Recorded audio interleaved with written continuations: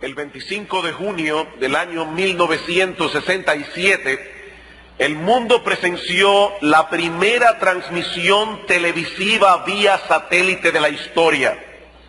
Se calcula que fue vista por unas 350 millones de personas de 26 países distintos, a los cuales se les dio la oportunidad de presentar en un breve tiempo algunos de sus paisajes más llamativos o algunos de sus monumentos más emblemáticos.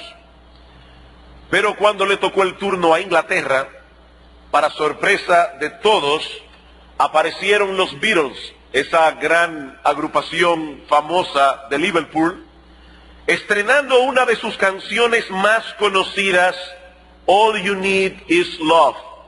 Todo lo que necesitas es amor.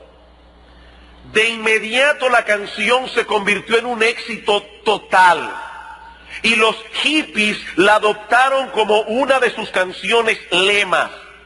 Aparte de que el tema gustó mucho, indudablemente, su mensaje central parece haber conectado con el anhelo de mucha gente. La década de los 60 fue una época muy convulsa y en la que se produjeron cambios importantes en el mundo occidental. Fue la época de protesta contra la guerra, de protesta contra el materialismo, de protesta contra las estructuras sociales convencionales. Y muchos creyeron que la solución para casi todos los males de Occidente se resumía en dos palabras: amor y comunidad. Amor y comunidad. Si tan solo los hombres dejaran a un lado un montón de tabúes que nos oprimen y aprendieran a vivir en comunidad, amándose libremente y sin ataduras, el mundo sería un lugar más seguro y más placentero. Y guiados por ese pensamiento, muchos jóvenes abandonaron sus hogares y comenzaron a vivir en comunas donde cada cual podía tratar de ser auténtico sin las restricciones de sus padres o de la sociedad. Allí vivían en un mayor contacto con la naturaleza, practicaban el amor libre, experimentaban con las drogas psicodélicas, trataban de eliminar toda diferencia entre el hombre y la mujer. Por eso se puso de moda el que los hombres llevaran el cabello largo. Para muchos fue algo así como un regreso al jardín del Edén. Pero el experimento no funcionó. Y muchas vidas quedaron marcadas para siempre por los excesos de esa época. Quizá tenían razón en algunas de sus críticas, pero el remedio vino a ser peor que la enfermedad. Y es que para vivir en paz y para disfrutar de una verdadera comunidad humana, la solución no es tan sencilla como para resumirla en ese estribillo: all you need is love. Todo lo que necesitas es amor. No, nosotros pertenecemos a una raza caída, dominada por el orgullo, dominada por el egoísmo, dos vicios que se oponen tajantemente al verdadero amor. Y si no tratamos adecuadamente con los efectos devastadores que la caída produjo en la raza humana, pensar en una comunidad donde todos se amen y donde todos vivan en paz es un sueño imposible. En otras palabras, sin la obra redentora que Dios diseñó para tratar con el problema del pecado, no puede haber una verdadera relación de amor, no puede haber verdadera, genuina y profunda comunión entre los hombres. De hecho, aún entre los redimidos del Señor, esa relación tiene que vencer algunos obstáculos, como veremos en un momento. Porque el pecado todavía mora en nosotros. El pecado todavía sigue tratando de levantar paredes a nuestro alrededor que nos separen de los demás. Pero mis amados hermanos, a pesar de esa realidad, el amor y la comunión entre los hijos de Dios es una joya tan valiosa, que vale la pena pagar el precio que sea necesario con tal de fortalecerla donde existe y de restaurarla donde ha sido quebrantada. y pocos pasajes de la palabra de Dios describen más hermosamente el deleite y el poder vivificante de la comunión verdadera que el Salmo 133 que vamos a exponer en esta mañana. Los invito a abrir sus Biblias en el Salmo 133.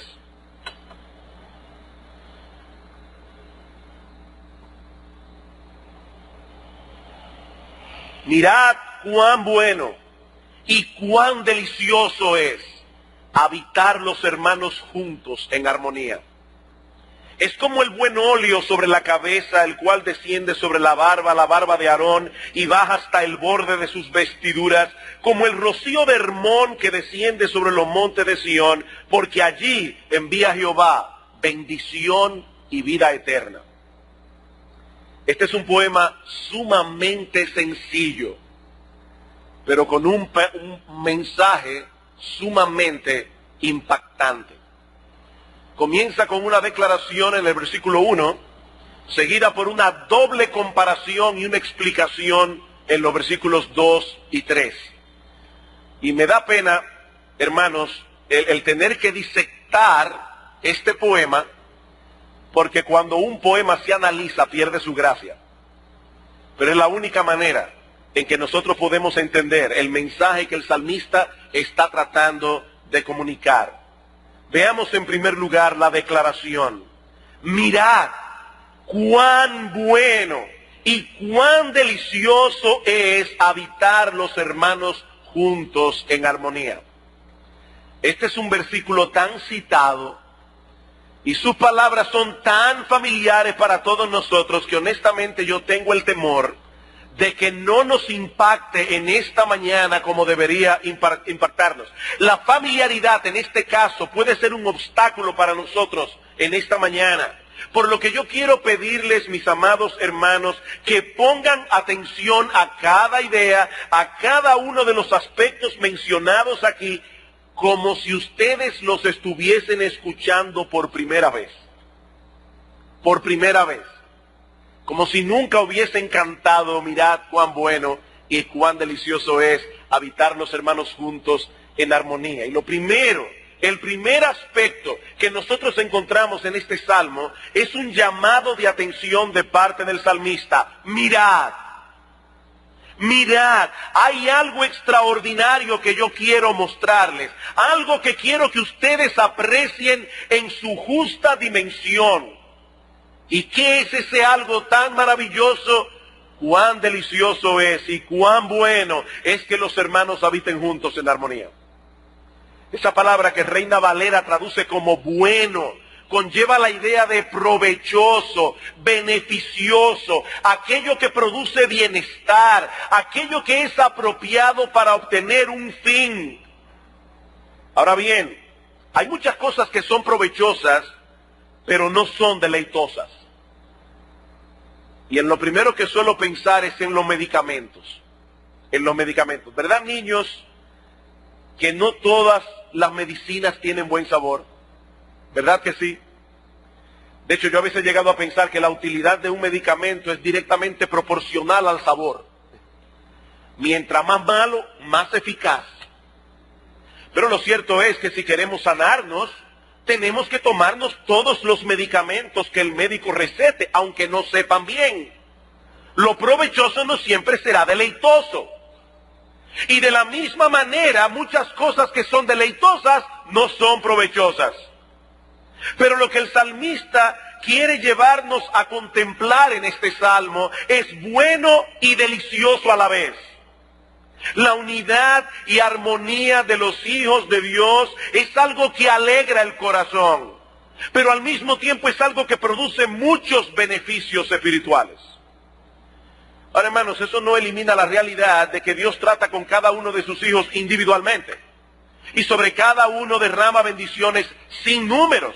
Dice el Señor Jesucristo en el evangelista, en el Evangelio de Juan, capítulo 1, versículo 16, hablando de Cristo, que de su plenitud tomamos todos, gracia sobre gracia. Todos y cada uno de sus hijos participan de esa bendición.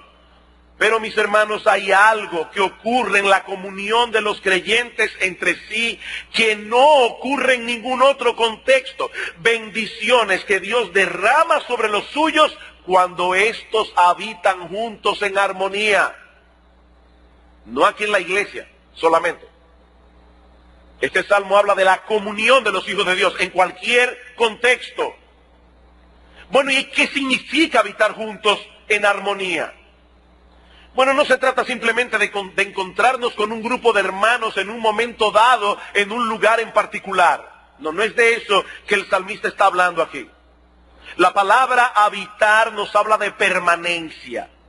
Nos habla de algo en lo que se persiste. Como dice un comentarista, con esta expresión da la idea de funcionar en una cercana e íntima asociación con otros. Esto es lo opuesto a un pueblo desparramado por la faz de la tierra, donde cada cual va por su propio camino, sin importarle por dónde van los otros. Queridos hermanos, esa cultura individualista de nuestra época, y esa actitud de nadie se meta conmigo porque yo no me meto con nadie, no era lo que Dios esperaba de los suyos en el antiguo pacto. El Salmo 133 está en el Antiguo Testamento.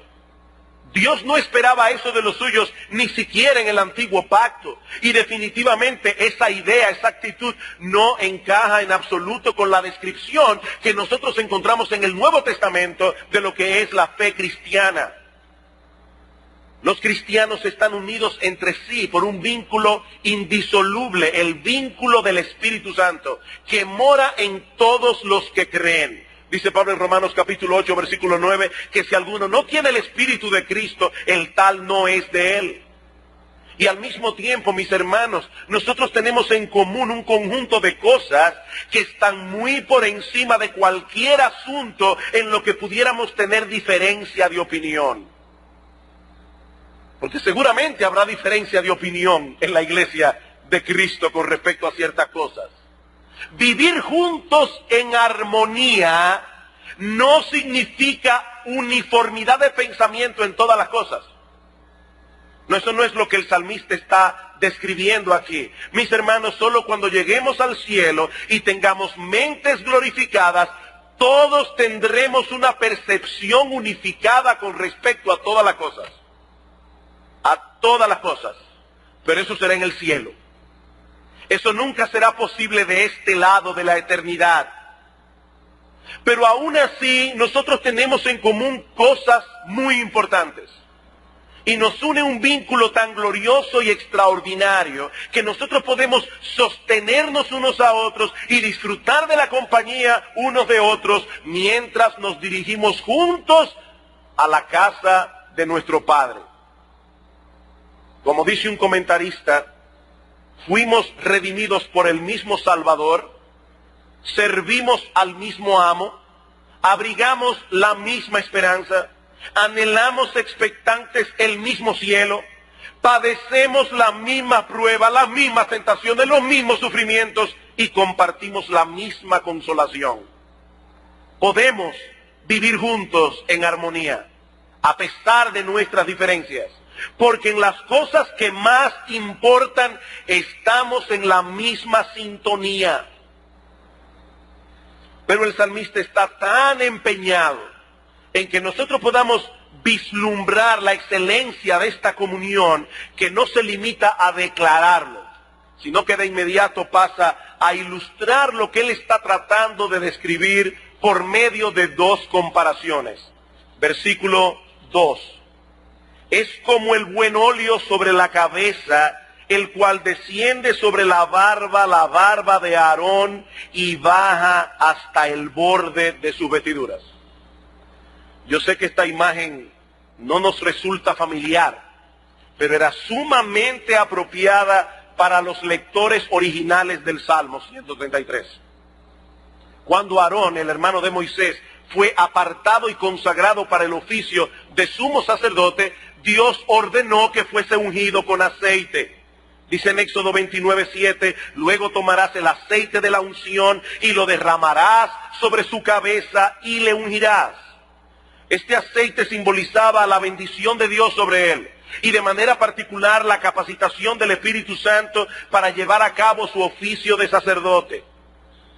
El salmista le llama el buen óleo a este aceite, porque era preparado con una fórmula especial, una fórmula que el mismo Dios le dio a Moisés, como vemos en Éxodo capítulo 30 a partir del versículo 23. Este era un aceite tan especial que nadie debía preparar uno semejante ni podía ser usado para ninguna otra cosa. La otra comparación que usa el salmista también resultaría muy familiar para sus lectores. Versículo 3, como el rocío de Hermón que desciende sobre los montes de Sión. Hermón era la montaña más alta de Israel y está localizada a unas millas al norte de la ciudad de Jerusalén. Esta montaña es famosa por la densidad del rocío que se produce en ella. Y por eso el salmista se vale de ese hecho para decirnos en una forma poética que hasta los montes de Sión se benefician de ese rocío. He ahí la explicación de estas dos comparaciones tan sencillas. La pregunta que yo quiero responder ahora es, ¿y qué aprendemos de estas comparaciones con respecto a la unidad de los creyentes entre sí? ¿Qué nos enseñan estas cosas? Bueno, en primer lugar, que la verdadera unidad es un regalo de Dios. Que la verdadera unidad es un regalo de Dios. Como decíamos anteriormente, el aceite derramado sobre la cabeza de Aarón era un símbolo de la bendición de Dios sobre él. Era un símbolo de la capacitación del Espíritu Santo. Pues de la misma manera podemos decir que la unidad verdadera es algo que el hombre no puede producir por sí mismo, es un producto de Dios. Es un producto de Dios. De hecho, el texto enfatiza que esta bendición desciende de lo alto. 3 veces aparece en este pequeño salmo la palabra desciende. Es como el buen óleo sobre la cabeza, el cual desciende sobre la barba y baja, es la misma palabra hebrea. Y desciende hasta el borde de su vestidura, como el rocío de Hermón que desciende sobre los montes de Sión. Esa unidad desciende del trono mismo de Dios. Del trono mismo de Dios.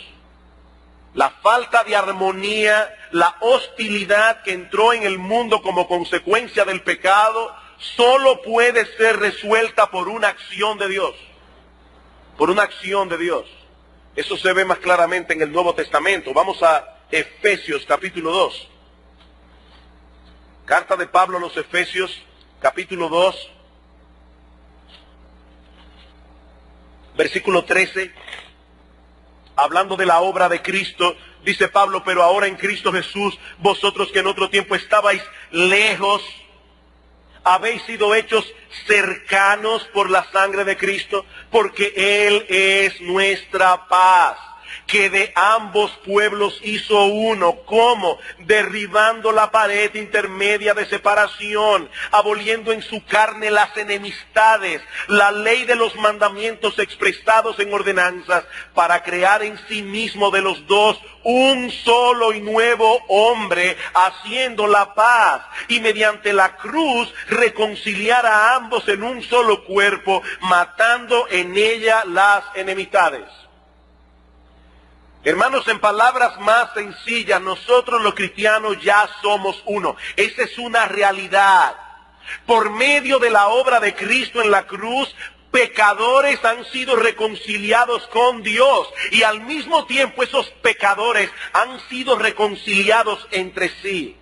Sin importar la raza, sin importar la nacionalidad, sin importar el color de la piel, sin importar cuánto dinero tiene. Por eso la Biblia no nos llama a crear la unidad de la iglesia. No, nosotros no podemos crear la unidad de la iglesia. Lo que sí debemos hacer es preservarla. Preservarla. Efesios capítulo 4. Unos versículos más adelante dice Pablo, Efesios 4:1, yo pues preso en el Señor, a la luz de esta realidad de lo que ya Cristo hizo, os ruego que andéis como es digno de la vocación con que fuisteis llamados, con toda humildad y mansedumbre, soportándoos con paciencia los unos a los otros en amor, solícitos en guardar la unidad del Espíritu en el vínculo de la paz. solícitos, siendo diligentes con preservar esa unidad. Con la iglesia ocurre algo similar a lo que pasa en el matrimonio. La Biblia dice que tan pronto se casan, el hombre y la mujer vienen a ser uno a través del vínculo matrimonial. Pero mis hermanos, ¿acaso no es cierto que no todas las parejas reflejan esa unidad en el mismo grado? Bueno, pues lo mismo pasa en la iglesia. Ya somos uno en Cristo. Estamos unidos por un vínculo espiritual sumamente poderoso que nadie puede deshacer. Pero esa unidad debe reflejarse en la práctica. Esa unidad debe ser cuidadosamente preservada como un tesoro. ¿Saben por qué, mis hermanos? Porque puede ser seriamente dañada, puede ser seriamente afectada en nuestro trato unos con otros por causa de nuestros pecados. Por causa de nuestros pecados. No somos perfectos. Y como se ha dicho muchas veces, mi amado hermano, si tú estás buscando una iglesia perfecta, el día que la encuentres, no cometas el crimen de hacerte miembro de ella. Porque desde el mismo momento en que entres a la membresía, esa iglesia dejará de ser perfecta, porque tú no eres perfecto. No, nosotros somos un grupo de hermanos en Cristo que estamos siendo perfeccionados, que estamos siendo santificados. Y cosas van a ocurrir en la iglesia. Hierro con hierro se aguza, dice el libro de Proverbios. ¿Y saben qué significa eso en un lenguaje más dominicano y más sencillo? Que así como el hierro con sus rugosidades se frota con otro y saca chispa, eso mismo pasa en el trato de uno con los otros aquí en la iglesia. Todos estamos en un proceso de santificación y en ese roce de los unos con los otros a veces nos sacaremos chispas. Ahora, ¿saben qué? Llegará el momento en que tanto se frota un hierro con el otro que comienza a suavizarse la superficie. La verdadera unidad es un regalo de Dios. Y es un regalo muy valioso. Es un regalo muy costoso, costó la sangre del Señor Jesucristo y nosotros tenemos la obligación de ser diligentes en preservarla. En segundo lugar, este pasaje nos enseña que la verdadera unidad es algo que alcanza a todos por igual. La verdadera unidad es algo que alcanza a todos por igual. En la primera figura vemos que el aceite se derrama sobre la cabeza de Aarón. Pero ¿qué sucede? Luego comienza a descender y baja hasta el borde de sus vestiduras. Y el rocío que refresca las cumbres del monte Hermón y lo hace fructificar, desciende también sobre los pequeños montes de Sión. Hablando de esto, dice un comentarista, los encumbrados y los humildes beben de la misma fuente refrescante. El rico y el pobre tienen las mismas necesidades espirituales. Las mismas, exactamente. Y el remedio que Dios ha provisto es exactamente el mismo para los dos. Ninguno es más salvo que el otro. Y a final de cuentas disfrutarán los dos de la misma herencia. Ahora, ¿saben qué? Dios quiere que esa realidad se manifieste claramente en el seno de su pueblo aquí y ahora. Aquí y ahora. Dice Pablo en Gálatas capítulo 3, versículo 28, hablando de los cristianos, ya no hay judío ni griego, no hay esclavo ni libre, no hay varón ni mujer, porque todos vosotros sois uno en Cristo. Algunos sociólogos eclesiásticos piensan que la iglesia funcionaría mejor si se divide en subgrupos, con sus propios programas, con sus propias agendas. Que haya una iglesia para personas homogéneas, similares en condición, para que no haya problemas entre unos y otros. Otros dicen, no, simplemente que estemos todos aquí, pero divididos, compartamentalizados. Y hermano, yo reconozco que hay algo de sabiduría en hacer ciertas cosas para llenar las necesidades de cada grupo en la iglesia. Hay sabiduría en eso. Pero debemos cuidarnos de no funcionar en la práctica como si fuésemos varias iglesias en una. Sí hay ciertas cosas, por ejemplo, que nosotros estamos haciendo con los jóvenes, Estamos tratando de suplir sus necesidades. Pero mis amados jóvenes, no olviden que la iglesia es una sola, formada por gentes de diferentes edades, llamadas todas a vivir en armonía y beneficiarse mutuamente, sin importar la edad. Sin importar la edad. Vamos por un momento a 1 Timoteo, capítulo 5. Recuerdo la primera vez que reparé en este texto, 1 de Pedro, capítulo 5, de Timoteo, perdón. Luego iremos a 1 de Pedro.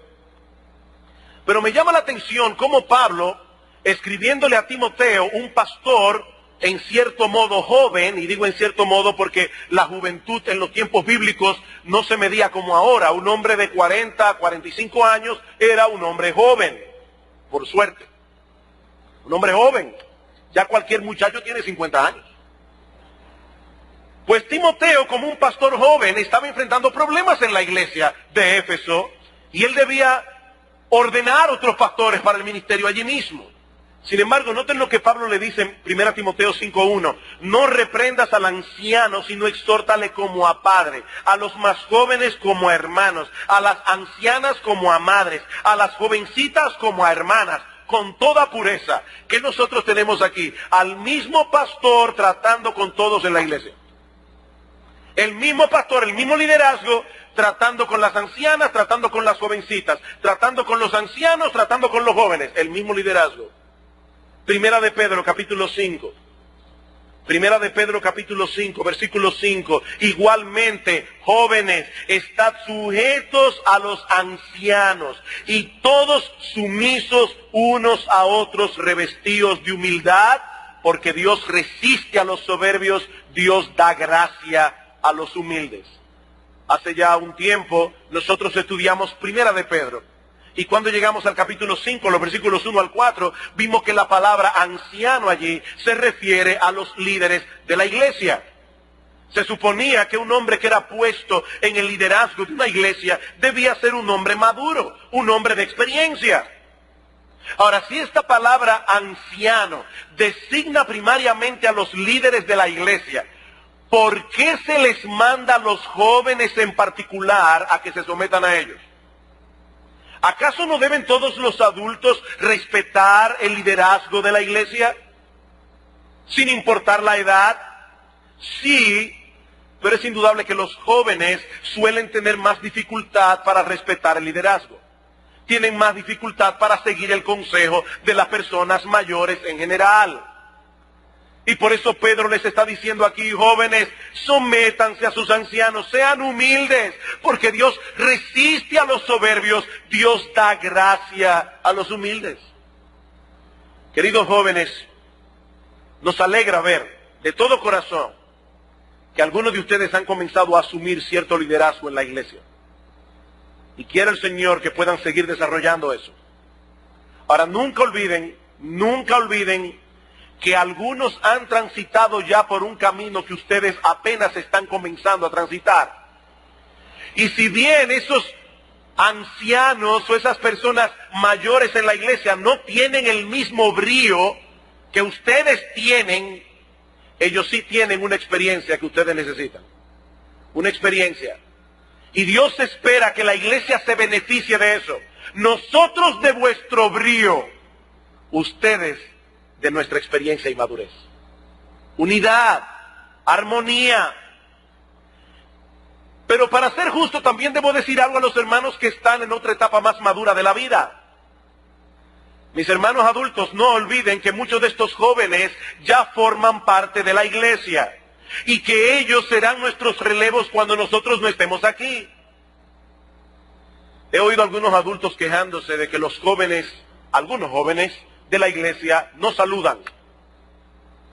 Pero ¿saben qué? Yo creo que también hay algunos jóvenes que tienen una queja justa en cuanto al hecho de que algunos adultos tampoco saludan. Solamente saben echar boches o decir alguna cosa que no está bien. No, mis hermanos, no. Hermanos, nosotros tenemos que hacer el esfuerzo de acercarnos unos a otros. Porque así como ellos deben mirarnos a nosotros con todo respeto y aceptar humildemente dirección, así también las Escrituras nos manda a velar por nuestros hermanos más pequeños. Y el hermano Miguel Linares predicó acerca de eso el domingo pasado. Esa expresión, los hermanos más pequeños, se puede aplicar de muchas maneras. De muchas maneras. Puede ser un viejo creyente en relación a un nuevo creyente. Puede ser un hermano adulto en relación a un hermano más joven. Puede ser un hermano en cierta condición económica en relación a un hermano con una situación económica más difícil. La verdadera unidad los alcanza a todos. En tercer lugar, estas figuras también nos enseñan que la verdadera unidad es refrescante y vivificante. La verdadera unidad es refrescante y vivificante. Estas dos figuras, el monte Hermón, el óleo que baja por la cabeza y el cuerpo de Aarón, lo que hacen es subrayar la enseñanza del versículo 1. ¿Y cuál es la enseñanza del versículo 1? Que es provechoso y deleitoso que los hermanos habiten juntos en armonía. Ese óleo que se derramaba sobre la cabeza de Aarón desprendía un aroma que era disfrutado por todos los que estaban a su alrededor. Y el rocío de Hermón era una fuente de vida y frescura. De igual manera, ese óleo que se derramaba sobre la cabeza de Aarón, esa bendición del Espíritu Santo sobre él, al mismo tiempo era transmitida a través del sumo sacerdote a la congregación cuando él los bendecía. Hay una fuente aquí, hay algo que está pasando de un lugar a otro. Pues lo mismo ocurre cuando los hermanos habitan juntos en armonía. Mis hermanos, Dios no creó al hombre para vivir en soledad. Dios no creó al hombre para vivir en aislamiento. No es bueno que el hombre esté solo. Y yo sé que Dios dijo eso antes de crear el matrimonio. Pero esa declaración, no es bueno que el hombre esté solo, es una declaración general, que en Génesis 2:18 se está aplicando al matrimonio. Pero lo cierto es que no es bueno que el hombre esté solo. No es bueno. El alma que busca su propio deseo se aísla, dice el libro de Proverbios. Se aísla. Yo no quiero que nadie me llame la atención. Yo no quiero que nadie vea mis faltas. Ningún ser humano está completo en sí mismo. Ningún ser humano. Nos necesitamos mutuamente, mis hermanos. Esa es la gran lección que Pablo quiere transmitirnos en 1 Corintios capítulo 12, en Efesios capítulo 4, cuando él compara la iglesia con un cuerpo humano. Vamos a Efesios capítulo 4 una vez más. Efesios capítulo 4. ¿Cómo concluye esa exhortación de Pablo a preservar la unidad de la iglesia? Dice en el versículo 11, hablando del Señor Jesucristo, Él mismo constituyó a unos apóstoles, a otros profetas, a otros evangelistas, a otros pastores y maestros. ¿Para qué? Bueno, a fin de que ellos hagan toda la obra del ministerio. No. Esos pastores maestros están allí para perfeccionar a los santos. Para que los santos hagan la obra del ministerio. Para la edificación del cuerpo de Cristo, hasta que todos lleguemos a la unidad de la fe y del conocimiento del Hijo de Dios, a un varón perfecto, a la medida de la estatura de la plenitud de Cristo, para que ya no seamos niños fluctuantes, llevados por doquiera de todo viento de doctrina, por estratagemas de hombres que para engañar emplean con astucia las artimañas del error. Que eso no ocurra, sino que siguiendo la verdad en amor, crezcamos en todo, en aquel que es la cabeza, esto es Cristo, de quien todo el cuerpo, bien concertado y unido entre sí, por todas las coyunturas que se ayudan mutuamente, según la actividad propia de cada miembro, no de cada uno de los pastores o de cada uno de los diáconos, de cada miembro, ese cuerpo recibe su crecimiento para ir edificándose en amor. ¿Qué panorama de lo que es la iglesia? Así como en el cuerpo humano todos los miembros están conectados uno de otro para formar el cuerpo, así también ocurre en la iglesia. Lo he dicho 1000 veces, lo voy a repetir 1000 veces más. Yo nunca he visto una mano haciendo cosas ella sola, sin estar conectada a un cuerpo. Eso no es posible. El Señor quiere que su iglesia funcione como un cuerpo. Por eso nos conectó unos a otros por medio de las coyunturas. ¿Y qué son las coyunturas? Bueno, esa palabra griega significa literalmente puntos de contacto. La coyuntura es ese punto de cohesión entre dos piezas que se tocan. Esas son las coyunturas. Y en este caso, lo que Pablo está describiendo aquí es que esas coyunturas funcionan como un canal a través del cual la provisión que viene de Cristo como cabeza sobre cada uno de los miembros es traspasada a los demás miembros del cuerpo, en esa interacción de los unos con los otros. Por eso Pablo dice que todas las coyunturas se ayudan mutuamente. La idea es que cada coyuntura suministra a las otras lo que se recibe de la cabeza. Mis hermanos amados, la iglesia es un organismo vivo, donde cada miembro está unido a Cristo como cabeza y donde cada miembro está unido al otro miembro por las coyunturas. Y según Pablo aquí, cada miembro es colocado en ese cuerpo, en un lugar específico para realizar funciones específicas, teniendo dones específicos bajo el liderazgo de los pastores provistos por él y mencionados en Efesios 4:11. A través de esos pastores maestros, Cristo provee el alimento de su palabra. Y así equipa a los creyentes para que estos funcionen en el lugar en que el Cristo los colocó y conforme a los dones que Cristo les dio. Y en la medida en que cada miembro traspasa a los demás lo que recibe de Cristo según la actividad propia de cada miembro, la iglesia crece y madura. Y yo me imagino que puede haber hermanos aquí que se sientan tan débiles y tan pequeños que ahora mismo estén pensando que no es mucho lo que ellos pueden hacer por la iglesia. Mi hermano, si tú estás pensando así, déjame decirte algo. Si tú eres un verdadero cristiano y eres miembro de este cuerpo local de creyentes, debes entender que Cristo te trajo aquí y te ha capacitado para que tú puedas beneficiar a este cuerpo de creyentes. Cristo hizo eso. Él quiere que tú crezcas en intimidad con Él.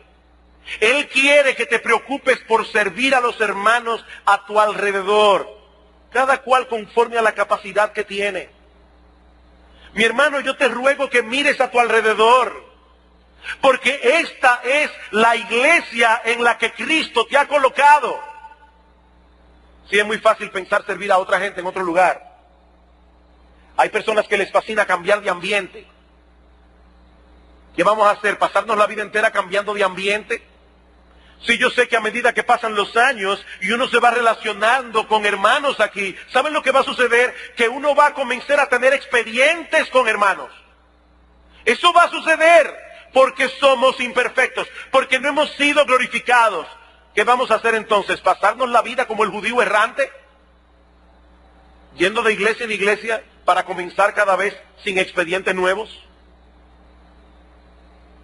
No, mi hermano, esta es la iglesia donde Cristo te colocó.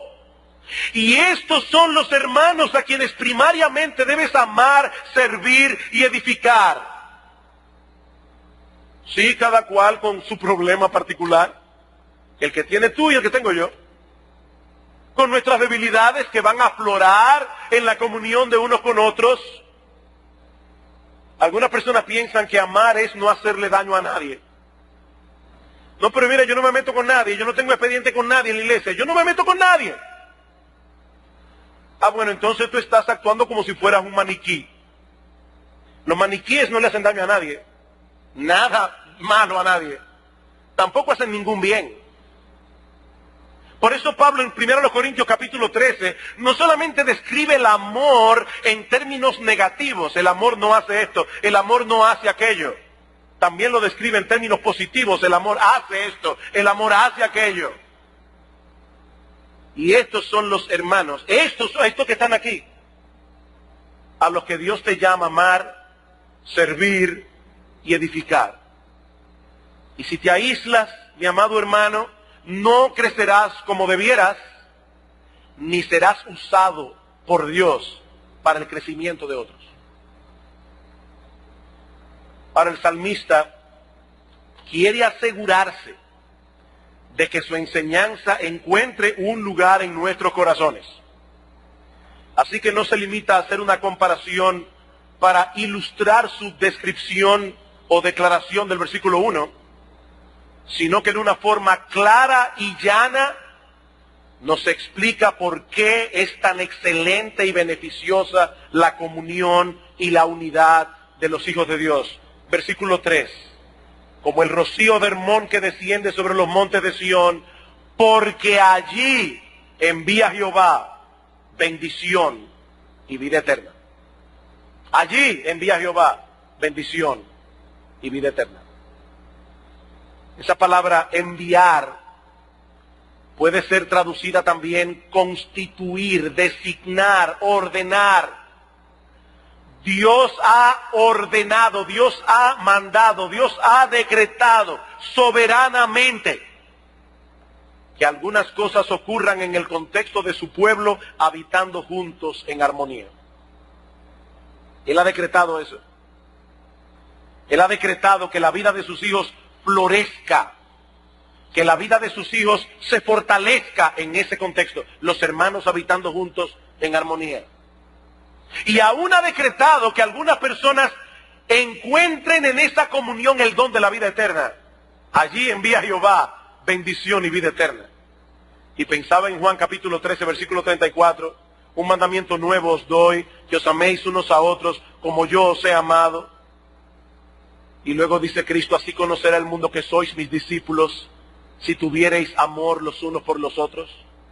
Y en Juan capítulo 17 dice, Padre, yo te ruego por estos, y no solamente por estos, sino también por los que han de creer en mí, por la palabra de ellos, para que sean uno, Padre, uno como yo en ti y tú en mí. ¿Saben para qué? Para que el mundo crea que tú me enviaste. Esa es la apología del cristianismo. Que el mundo pueda ver claramente que hay algo que está sucediendo allí, que no sucede en otro lugar.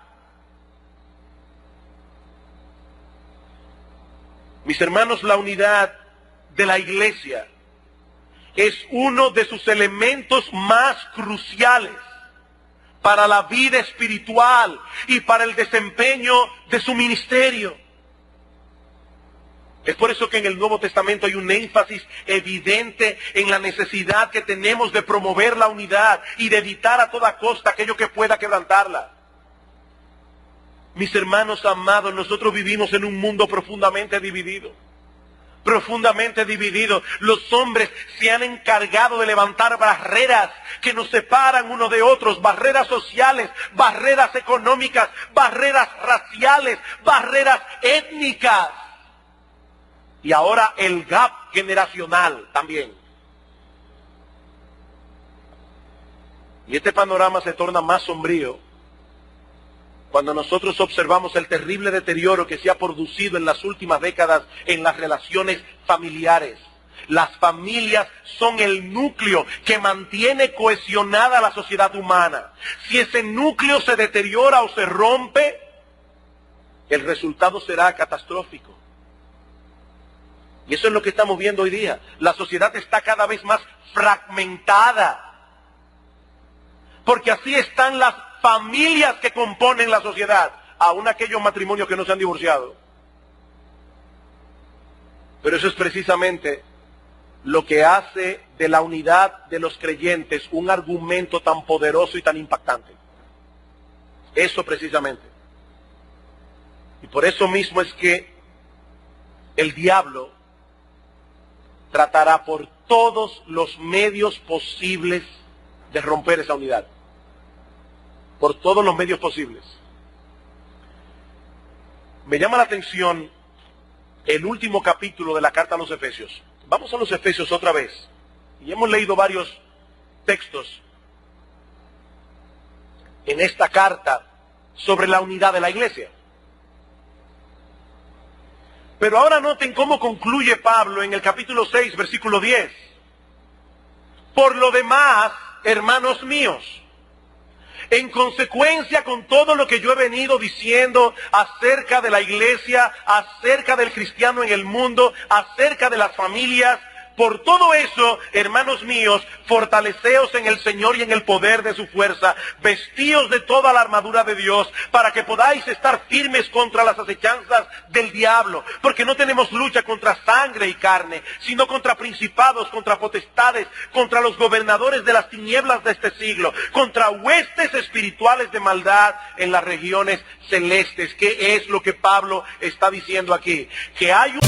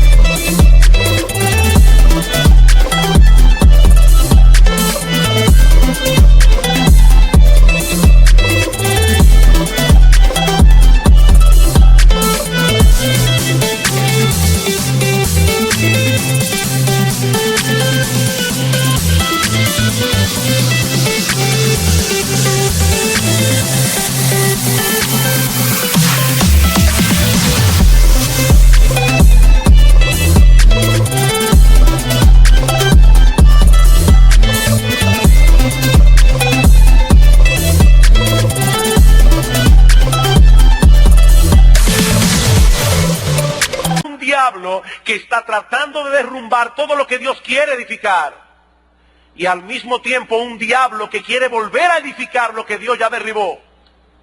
Leímos en el capítulo 2 que esa pared intermedia de separación, Cristo la derribó. El diablo quiere construirla otra vez.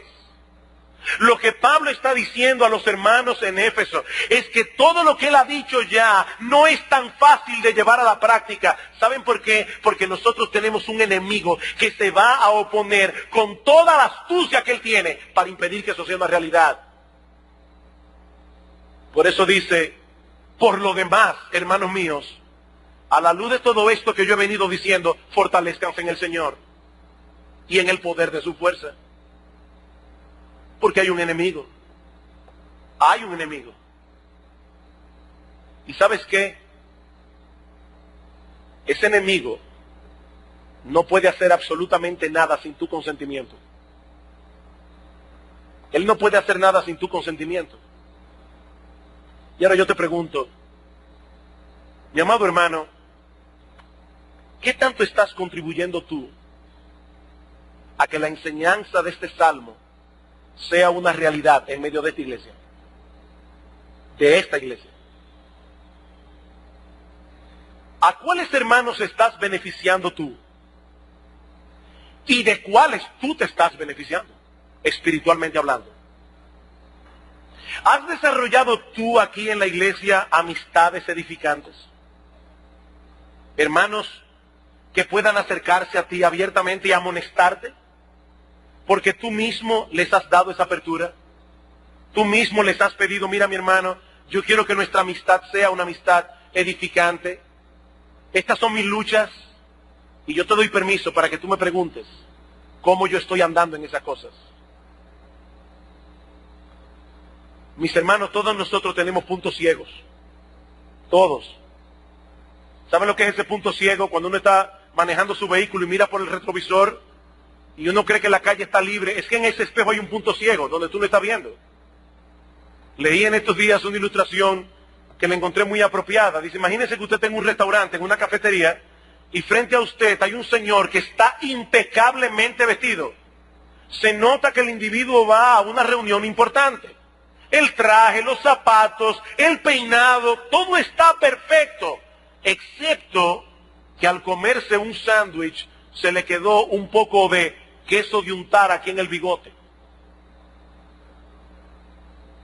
Y tú ves que el individuo se para y va a su reunión, va a salir de la cafetería, pero él no sabe que tiene el queso de untar aquí en el bigote. Alguien tiene que decírselo, porque él no se lo va a ver a sí mismo.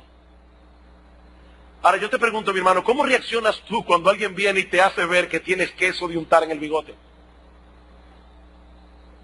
¿Cómo reaccionas?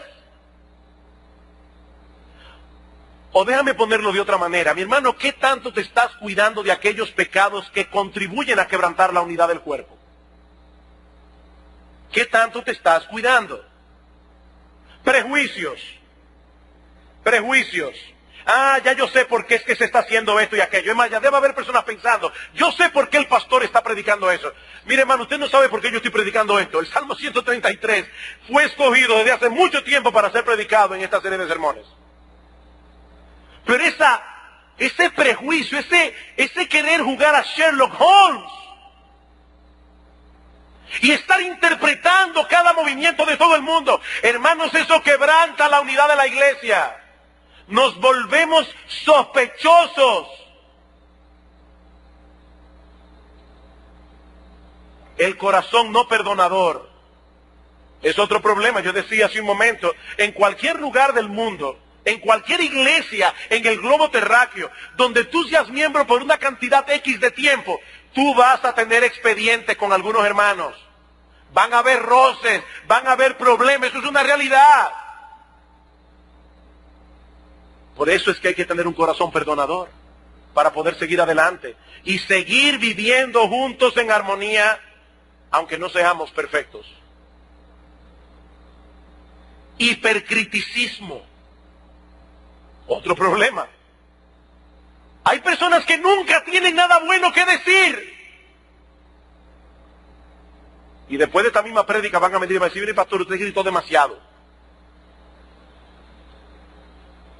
No hay nada bueno. Todo se está derrumbando. No hay nada bueno que decir.